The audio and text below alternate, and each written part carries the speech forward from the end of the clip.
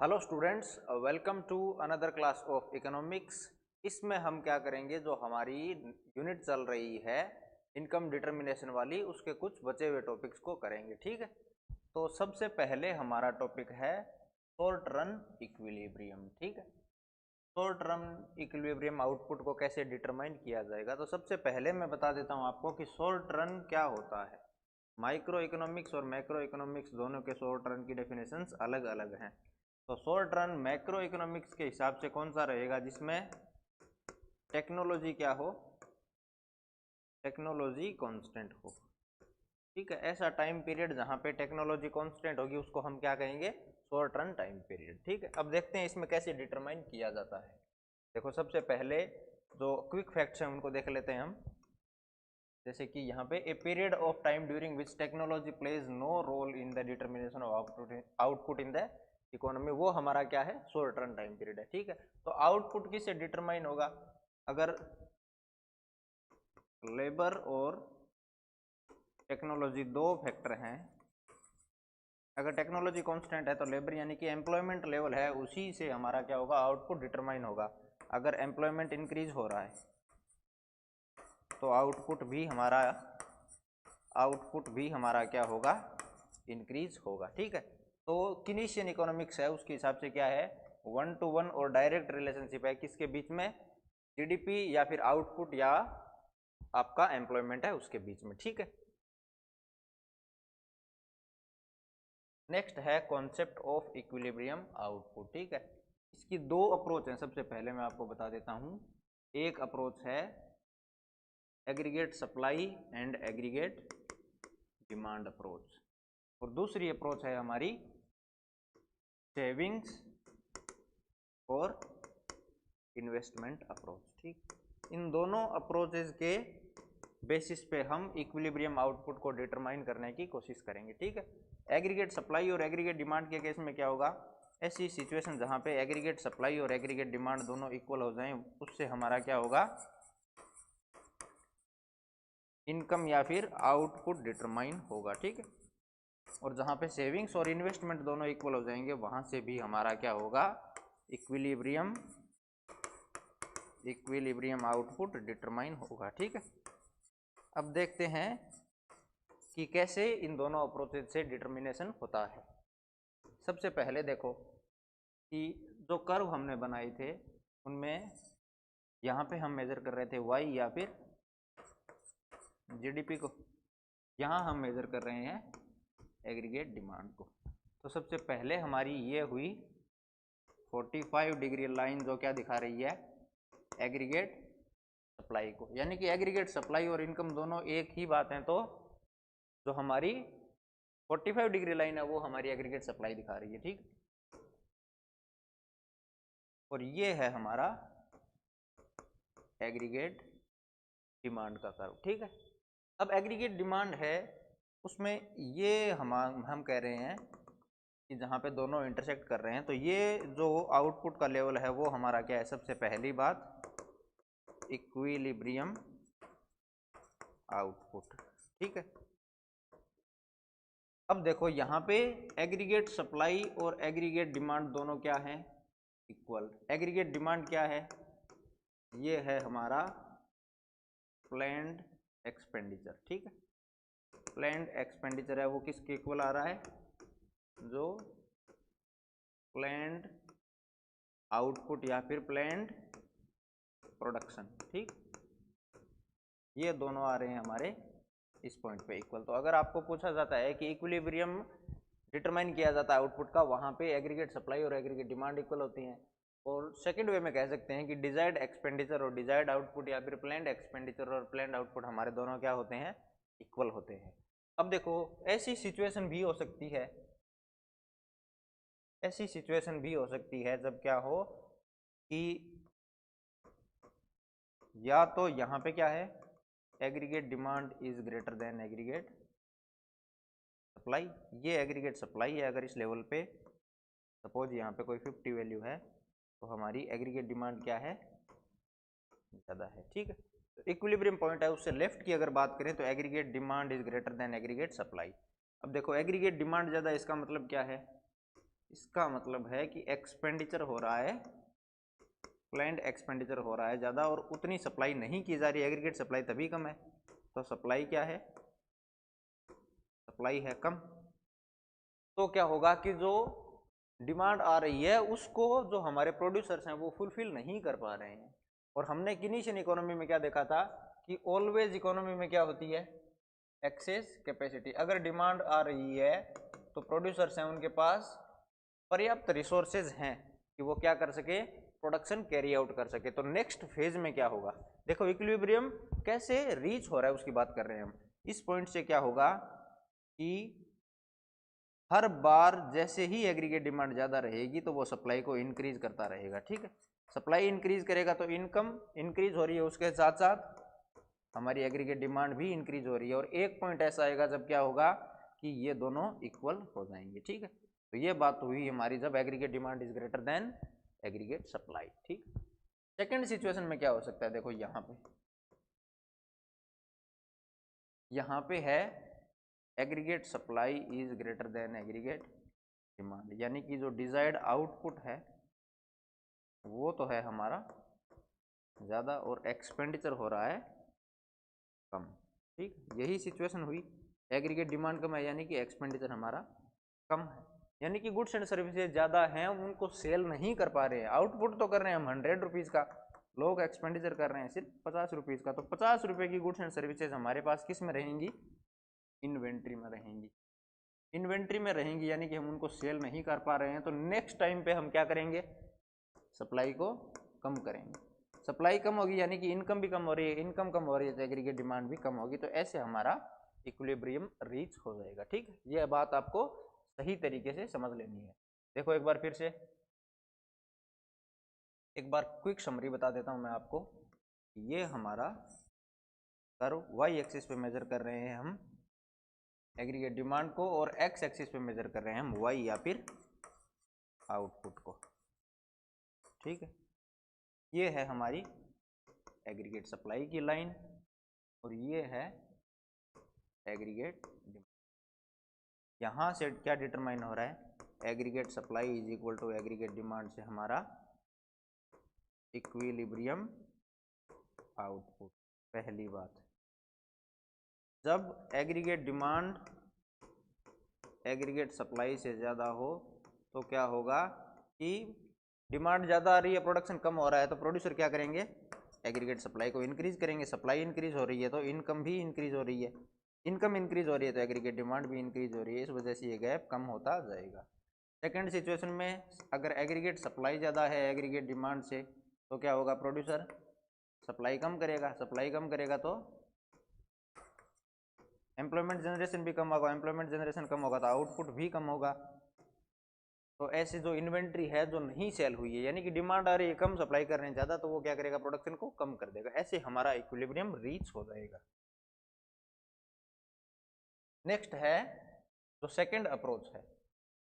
देखो आपको इतना पता है कि फर्स्ट अप्रोच में aggregate demand is equal to aggregate supply. मैंने एक बात आपको ये भी बताई थी पीछे वाले वीडियो में कि एग्रीगेट डिमांड को हमें देखना है एक्सपेंडिचर के पॉइंट ऑफ व्यू से और एग्रीगेट सप्लाई को हमें देखना है वैल्यू एडेड या फिर जो हमारा इनकम मेथड है नेशनल इनकम को डिटरमाइन करना का, उसके हिसाब से, ठीक। अब देखो एग्रीगेट डिमांड है उसके दो कंपोनेंट्स हैं सी प्लस आई, या तो कंजम्पशन में जा सकता है या फिर इन्वेस्टमेंट में जा सकता है एक्सपेंडिचर, ठीक है। और जो इनकम जनरेट हुई है वो या तो कंज्यूम की जा सकती है या फिर सेव की जा सकती है, ठीक है। यही हुआ एग्रीगेट डिमांड के कंपोनेंट 2 सेक्टर मॉडल जो आपके सिलेबस में है उसके हिसाब से एक्सपेंडिचर है वो या तो कंजम्पशन एक्सपेंडिचर में हाउस होल्ड्स कर सकते हैं या फिर इन्वेस्टमेंट एक्सपेंडिचर हो सकता है कंपनीज की तरफ से।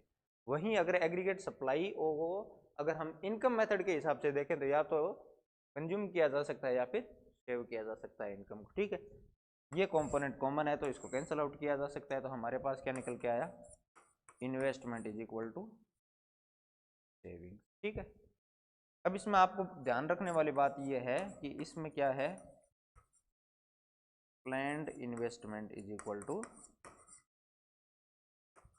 Planned supply.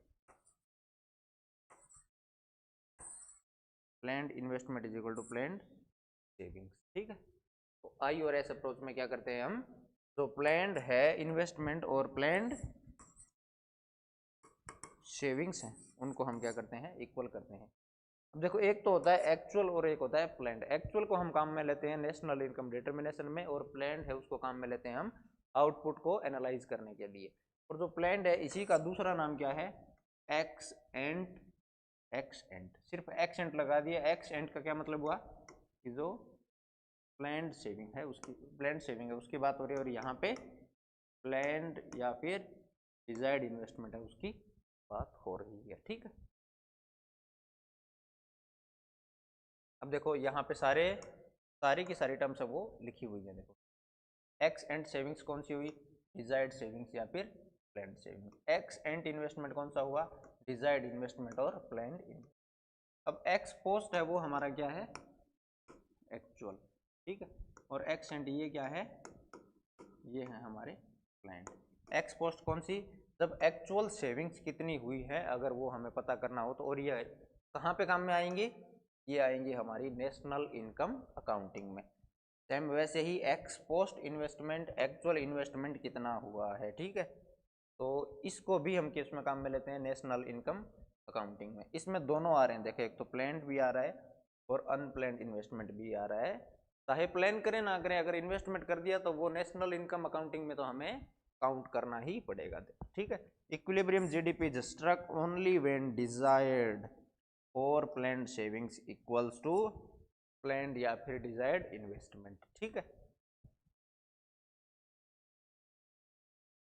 अब देखो इनके हम देखते हैं ग्राफिकल अप्रोच। हमने किसकी देख ली अभी तक, ग्राफिकल अप्रोच हमने देख ली एग्रीगेट सप्लाई और एग्रीगेट डिमांड अप्रोच से। ठीक है, इसके हमने ग्राफ ड्रॉ कर लिए कि ये वाई, ये एग्रीगेट डिमांड, ये एग्रीगेट सप्लाई की लाइन, और ये हमारी एग्रीगेट डिमांड की लाइन। ठीक है, सेम वैसे ही हमें क्या करना है, सेविंग्स और इन्वेस्टमेंट अप्रोच है उसको एनालाइज करना है। ठीक है, जो इन्वेस्टमेंट आपके सिलेबस में लिया गया है वो कौन सा है, वो है ऑटोनोमस इन्वेस्टमेंट। ठीक, यहाँ पे वाई को मेजर कर रहे हैं और यहाँ पे इन्वेस्टमेंट और सेविंग्स दोनों को मेजर कर रहे हैं। ठीक है,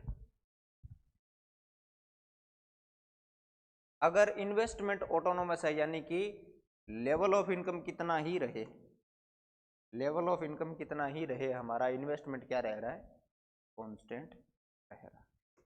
ठीक, ये है हमारा इन्वेस्टमेंट और कौन सा, ऑटोनोमस। ऑटोनोमस इन्वेस्टमेंट कौन इनकर करती है, गवर्नमेंट कर करती है। जीडीपी चाहे कितनी ही हो, कम ज़्यादा रहे, हेल्थ केयर फैसिलिटीज अगर लोगों को प्रोवाइड करनी है तो वो गवर्नमेंट करेगी ही। ठीक है, सेविंग्स का अगर हमने देखा था कि स्टार्टिंग में हमारी सेविंग्स नेगेटिव रह रही हैं, फिर उसके बाद में जीरो, फिर उसके बाद में पॉजिटिव, तो ये हमारा सेविंग्स कर्व है। जब सेविंग्स और इन्वेस्टमेंट दोनों इक्वल हो रहे हैं वहाँ से हम क्या डिटरमाइन कर रहे हैं, इक्विलिब्रियम, इक्विलिब्रियम आउटपुट। ठीक है,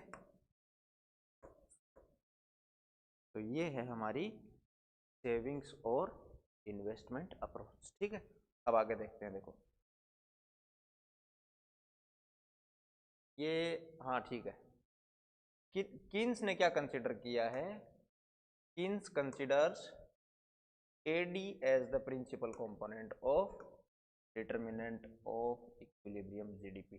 क्यों, क्योंकि एग्रीगेट डिमांड है उसको कीन्स कह रहे हैं कि ये सबसे ज़्यादा क्या है, वोलेटाइल, यानी कि सबसे ज़्यादा चेंज होने वाली एग्रीगेट डिमांड ही है।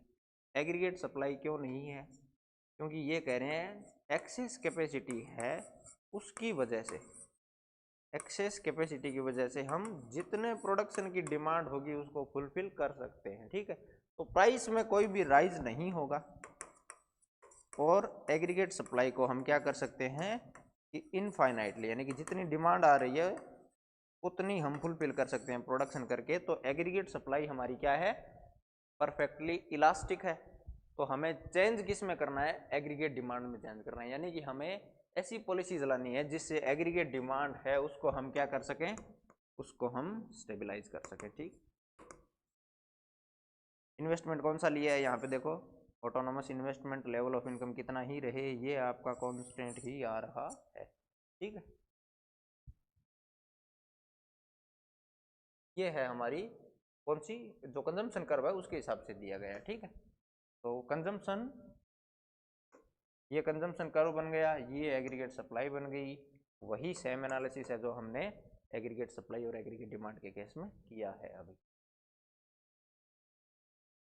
ठीक है, अब देखो सी प्लस आई को ऐड करके क्या बनाया इसने, सी प्लस आई को ऐड करके ये इन्वेस्टमेंट 20 वैल्यू हर बार ऐड करनी है। तो ये कंजम्पशन कर्व हमारा जहाँ से स्टार्ट हो रहा है उसमें 20 वैल्यूज हर लेवल पे ऐड कर दो, क्योंकि हम क्या कर रहे हैं एग्रीगेट डिमांड के लिए सी प्लस आई निकाल रहे हैं। ठीक है, सेम वही एनालिसिस है।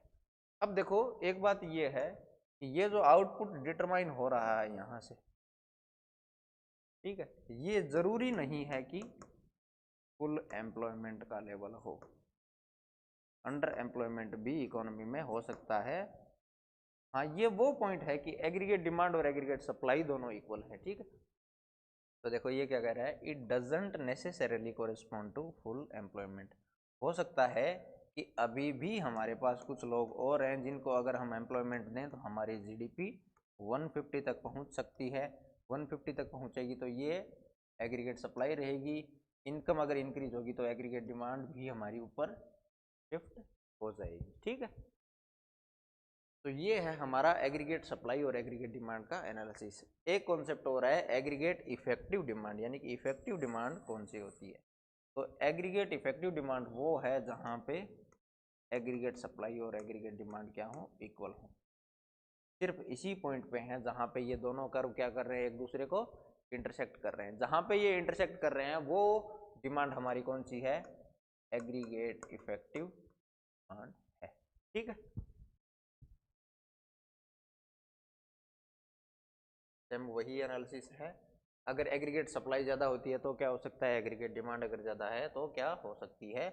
और नेक्स्ट वीडियो में हम देखेंगे कि इनको करेक्ट कैसे किया जा सकता है।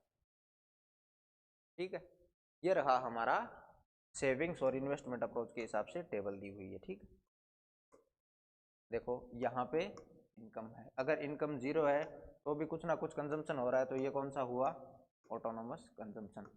अगर कंजम्पशन 30 है तो वो कंजम्पशन कहाँ से हो रहा है, इनकम जीरो है तो सेविंग्स को हम क्या कर रहे हैं, नेगेटिव कर रहे हैं। ठीक है, तो ये हमारी सेविंग्स हो गई -30 और इन्वेस्टमेंट हर लेवल पे कितना लिया हुआ है, 20, यानी कि ये कंप्लीट हमारा इन्वेस्टमेंट कौन सा है, ये है हमारा ऑटोनोमस इन्वेस्टमेंट। ठीक, अगर हमें क्या करना है, सेविंग्स और इन्वेस्टमेंट दोनों में इक्विलिब्रियम पता करना है। इनकम इंक्रीज होगी, कंजम्पशन भी इंक्रीज होगा और सेविंग्स भी इंक्रीज होंगी।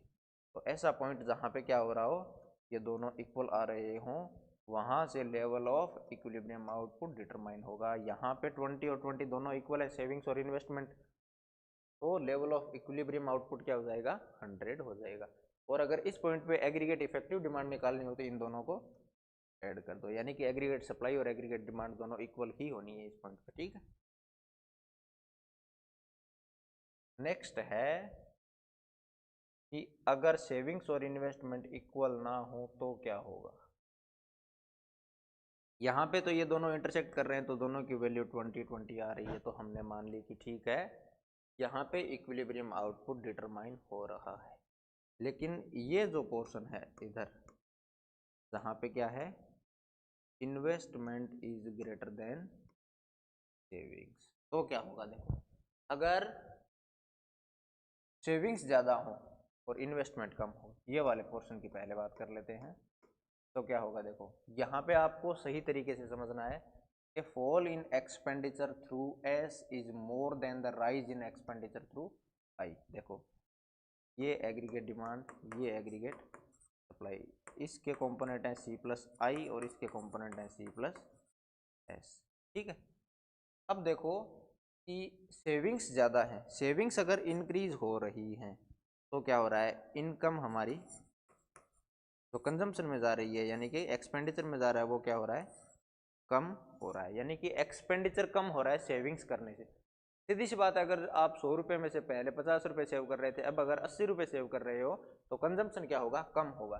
तो a fall in expenditure through S, यानी कि एग्रीगेट डिमांड है वो कम हो रही है, ठीक है, पहली बात। दूसरी कि इन्वेस्टमेंट है, अगर 20 रुपीज़ का इन्वेस्टमेंट हो रहा है तो एग्रीगेट डिमांड हमारी क्या हो रही है, इंक्रीज हो रही है। तो एक कंपोनेंट तो एग्रीगेट डिमांड को कम कर रहा है और एक कंपोनेंट हमारा एग्रीगेट डिमांड को इंक्रीज कर रहा है। लेकिन अगर सेविंग्स ज़्यादा हैं तो एग्रीगेट डिमांड में जो फॉल होगा वो तो होगा सपोज 100 रुपीज़ का, और इन्वेस्टमेंट इंक्रीज होगा सिर्फ 20 रुपीज़ का। तो नेट क्या होगा, नेट एग्रीगेट डिमांड हमारी कम होगी।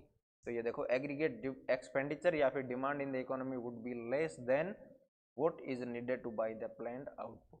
अगर एग्रीगेट डिमांड कम है, एग्रीगेट सप्लाई ज़्यादा है, तो क्या होगा, अनप्लैंड इन्वेंट्रीज आएंगी, ठीक है, अनप्लैंड इन्वेंट्रीज आएंगी। अगर अनप्लैंड इन्वेंट्रीज आएंगी तो क्या होगा, प्रोडक्शन को कम कर दिया जाएगा, ठीक है। टाइम इसका अपोजिट क्या होगा सेकंड केस में। सेकंड केस में देखो कि अगर investment is greater than savings, तो क्या होगा, यानी कि इन्वेस्टमेंट क्या कर रहा है, हमारा एग्रीगेट डिमांड को इंक्रीज कर रहा है, और सेविंग्स हैं वो एग्रीगेट डिमांड को क्या कर रही हैं, कम कर रही हैं। अब इस बार क्या हो रहा है कि एग्रीगेट डिमांड है उसमें इंक्रीमेंट ज़्यादा हो रहा है। अगर इंक्रीमेंट ज़्यादा हो रहा है तो हम क्या करेंगे, एग्रीगेट डिमांड तो हमारी ज़्यादा है, तो क्या होगा, नेक्स्ट फेज में एग्रीगेट सप्लाई यानी कि इनकम को इंक्रीज कर दिया जाएगा। अगर इनकम इंक्रीज हो रही है तो हमारी सेविंग्स भी इंक्रीज हो जाएगी। अगर सेविंग्स इंक्रीज होंगी तो हम फिर से इक्विलिब्रियम पे आ जाएंगे, इन्वेस्टमेंट हमारा उतना ही रह रहा है। और इस साइड में क्या होगा कि एग्रीगेट डिमांड है वो तो है कम, एग्रीगेट सप्लाई है ज़्यादा, तो आउटपुट को क्या करेंगे, कम करेंगे, आउटपुट कम करेंगे, इनकम कम होगी, और अगर इनकम कम होगी तो सेविंग्स भी कम होंगी।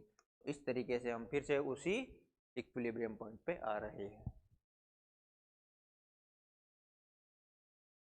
नेक्स्ट है shift in equilibrium, impact of additional investment. अगर इन्वेस्टमेंट इंक्रीज होता है तो इकोनॉमी में क्या होगा, ठीक है। ये हमारी एग्रीगेट डिमांड C प्लस आई, ये 45 डिग्री लाइन है वो एग्रीगेट सप्लाई की, एक्स एक्सिस पे मेजर कर रहे हैं इनकम या फिर जीडीपी को, और वाई एक्सिस पे हम मेजर कर रहे हैं एग्रीगेट सप्लाई या फिर एग्रीगेट डिमांड को, ठीक है। यहाँ पे पहले इक्विलिब्रियम डिटरमाइन हो रहा है। अब ये क्या कह रहे हैं कि इतने गैप से हम क्या कर रहे हैं, इन्वेस्टमेंट को इंक्रीज कर रहे हैं। इन्वेस्टमेंट हमारा क्या हो रहा है, इंक्रीज हो रहा है। अगर इन्वेस्टमेंट इंक्रीज होगा तो यहाँ पे जो इन्वेस्टमेंट में इंक्रीमेंट हुआ है उससे ज़्यादा इंक्रीमेंट हो रहा है यहाँ पे इनकम में। पहली बात तो ये है, एग्रीगेट डिमांड हमारी क्या हो रही है, ऊपर शिफ्ट हो रही है, यानी कि उसी लेवल ऑफ इनकम है उस पर पहले एग्रीगेट डिमांड इतनी थी, इन्वेस्टमेंट इंक्रीज हो गया तो एग्रीगेट डिमांड हमारी इंक्रीज हो गई।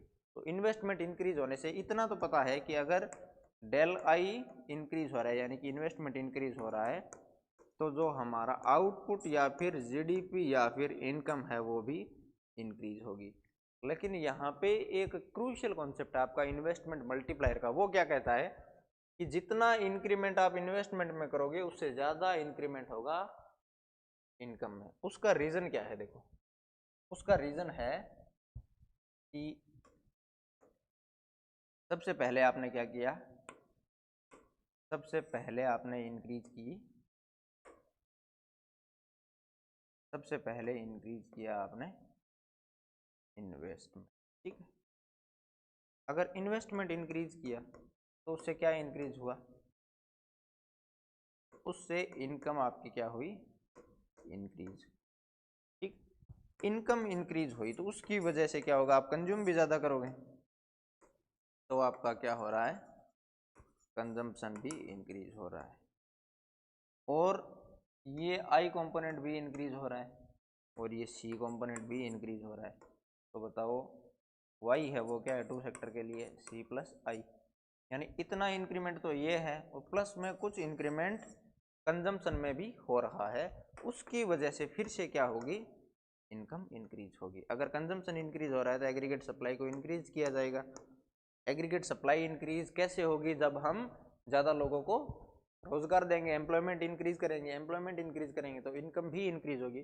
तो इसकी वजह से क्या हो रहा है कि हमारा जो नेशनल इनकम में चेंज आ रहा है वो इन्वेस्टमेंट से ज़्यादा आ रहा है। इसी को हम क्या कह रहे हैं, कि एडिशनल इन्वेस्टमेंट है उसका मल्टीप्लायर इफेक्ट होता है कि जितने से इन्वेस्टमेंट को इंक्रीज या डिक्रीज करोगे उससे ज़्यादा चेंज आएगा किसमें, नेशनल इनकम में। ठीक है, investment multiplier refers to output और multiplier refers to number of times by which increase in output और इनकम एक्सीड्स द इन्वेस्टमेंट। यानी कि जितना चेंज डेल आई में हो रहा है, सपोज डेल आई में चेंज हो रहा है 50 का, इनकम अगर इंक्रीज हो रही है 100 से, तो कितने मल्टीपल से इंक्रीज हो रही है, 2 मल्टीपल से हमारी नेशनल इनकम है वो इंक्रीज हो रही है। अब इसका फॉर्मूला क्या है, के से हम डिनोट करेंगे किसको, इन्वेस्टमेंट मल्टीप्लायर को। ठीक है, तो it is measured as the ratio between change in output, output में कितना चेंज हो रहा है किसकी वजह से, इन्वेस्टमेंट इंक्रीज होने की वजह से। तो ये है हमारा investment multiplier, change in income due to change in investment. ठीक है, अब आगे और देखो कि एमपीसी का क्या रोल है यहाँ पे। ठीक, there is a direct relationship between multiplier and MPC. देखो मैंने क्या बताया था कि इन्वेस्टमेंट इंक्रीज हुआ, उसकी वजह से इनकम इंक्रीज हुई, इनकम इंक्रीज हो रही है उसकी वजह से हमारा कंजम्पशन इंक्रीज हो रहा है। तो एडिशनल जो चेंज आ रहा है वो किसकी वजह से आ रहा है, कंजम्पशन की वजह से। और मार्जिनल प्रोपेंसिटी टू कंज्यूम क्या है कि जो इनकम में चेंज आया है उसका कितना परसेंटेज हमारा किस में जा रहा है, कंजम्पशन में जा रहा है। तो एमपीसी क्या थी, change in consumption due to change in income. अगर कंजम्पशन में ज़्यादा चेंज होगा तो इन्वेस्टमेंट का मल्टीप्लायर क्या होगा, ज़्यादा होगा, क्योंकि अगर कंजम्पशन ज़्यादा इंक्रीज हो रहा है तो जो कंपोनेंट है हमारा सी प्लस आई, इसमें सी अगर ज़्यादा इंक्रीज हो रहा है तो इनकम भी ज़्यादा इंक्रीज होगी। ठीक है, ये डायरेक्ट फॉर्मूला है K is equal to 1 divided by 1 minus marginal propensity to save. ठीक है, अगर एमपीसी की वैल्यू लार्जर होगी यानी कि कंजम्पशन में अगर ज़्यादा चेंज होगा तो हमारा इन्वेस्टमेंट मल्टीप्लायर है उसमें भी ज़्यादा चेंज आएगा। तो डायरेक्ट रिलेशनशिप है किस किस के बीच में, मार्जिनल प्रोपेंसिटी टू कंज्यूम और इन्वेस्टमेंट मल्टीप्लायर के बीच में। ठीक, नेक्स्ट है कि मल्टीप्लायर वर्क कैसे करता है, टेबुलर फॉर्म में देखते हैं। सबसे पहले देखो कि अगर इंक्रीज इन इन्वेस्टमेंट है 100 रुपीज, इन्वेस्टमेंट इंक्रीज हो रहा है हमारा 100 रुपये से, तो इनकम में पहले राउंड में चेंज कितना आया, 100 का ही चेंज आया। अब ये क्या कह रहे हैं कि एमपीसी है 0.5, यानी कि जो इनकम इंक्रीज हुई है उसका 50% किस में जा रहा है, कंजम्पशन में जा रहा है। तो 100 रुपये हैं उसके, 50 रुपीज़ किस में गए, कंजम्पशन में। यानी कि इनकम फिर से कितने से इंक्रीज हुई, ये कंपोनेंट 50 से इंक्रीज हुआ तो 50 से हमारी इनकम इंक्रीज हुई। अब इन्वेस्टमेंट में कोई चेंज नहीं आ रहा है, सिर्फ कंजम्पशन की वजह से आगे चेंज हो रहा है। ठीक है, तो 50 का अगेन 50% 25 रुपीज़ ये हमारी किस में जा रहे हैं, कंजम्पशन में, और बाकी बचे हुए किस में जा रहे हैं, ये जा रहे हैं सेविंग्स में। तो ऐसे ऐसे ऐसे चलता रहेगा। ठीक है, कि 25 है उसका फिर से 50% 12.50, 12.50 का फिर से 50% 6.25, 6.25 का फिर से 50% 3.12, ऐसे चलता रहेगा। ठीक है, और इसको डायरेक्ट निकालने का क्या फॉर्मूला है, K is equal to 1 divided by 1 minus MPC, और 1 माइनस एमपीसी को हम क्या कह सकते हैं, एमपीएस, एमपीएस यानी मार्जिनल प्रोपेंसिटी टू सेव। ठीक है, नेक्स्ट है फॉरवर्ड और बैकवर्ड मल्टीप्लायर क्या होता है, या फिर फॉरवर्ड और मल्टीप्लायर, फॉरवर्ड मल्टीप्लायर और बैकवर्ड मल्टीप्लायर क्या होता है। देखो फॉरवर्ड तो ये हो गया कि इन्वेस्टमेंट इंक्रीज हो रहा है उसका क्या चेंज हो रहा है। दूसरा है इन्वेस्टमेंट अगर डिक्रीज हो तो क्या चेंज हो सकता है, इन्वेस्टमेंट या तो इंक्रीज हो सकता है या फिर डिक्रीज हो सकता है। अगर इन्वेस्टमेंट इंक्रीज हुआ तो उसके किसी मल्टीपल टाइम, इन्वेस्टमेंट के मल्टीपल टाइम हमारी इनकम क्या होगी, इंक्रीज होगी। यानी कि फॉरवर्ड वे में जा रहे हैं हम, इस ग्राफ में हम फॉरवर्ड वे में जा रहे हैं जहाँ पे इनकम क्या हो रही है, इंक्रीज हो रही है इन्वेस्टमेंट इंक्रीज होने से। और सेकंड है कि अगर इन्वेस्टमेंट डिक्रीज हो तो क्या होगा, अगर इन्वेस्टमेंट डिक्रीज हो रहा है तो उसके किसी मल्टीपल से हमारी इनकम क्या होगी, कम होगी। तो हम क्या जा रहे हैं, बैकवर्ड डायरेक्शन में जा रहे हैं। तो यही क्या है, इन्वेस्टमेंट का बैकवर्ड और फॉरवर्ड मल्टीप्लायर इम्पैक्ट है। ठीक है, तो इसी के साथ ये टॉपिक हमारे यहीं पे ख़त्म होते हैं। नेक्स्ट वीडियो में जो बचे हुए टॉपिक हैं, एग्रीगेट सप्लाई और एग्रीगेट डिमांड में डेफिशिएंसी हो और उनको कैसे सही किया जा सकता है। ठीक है, thank you for listening patiently, have a great day.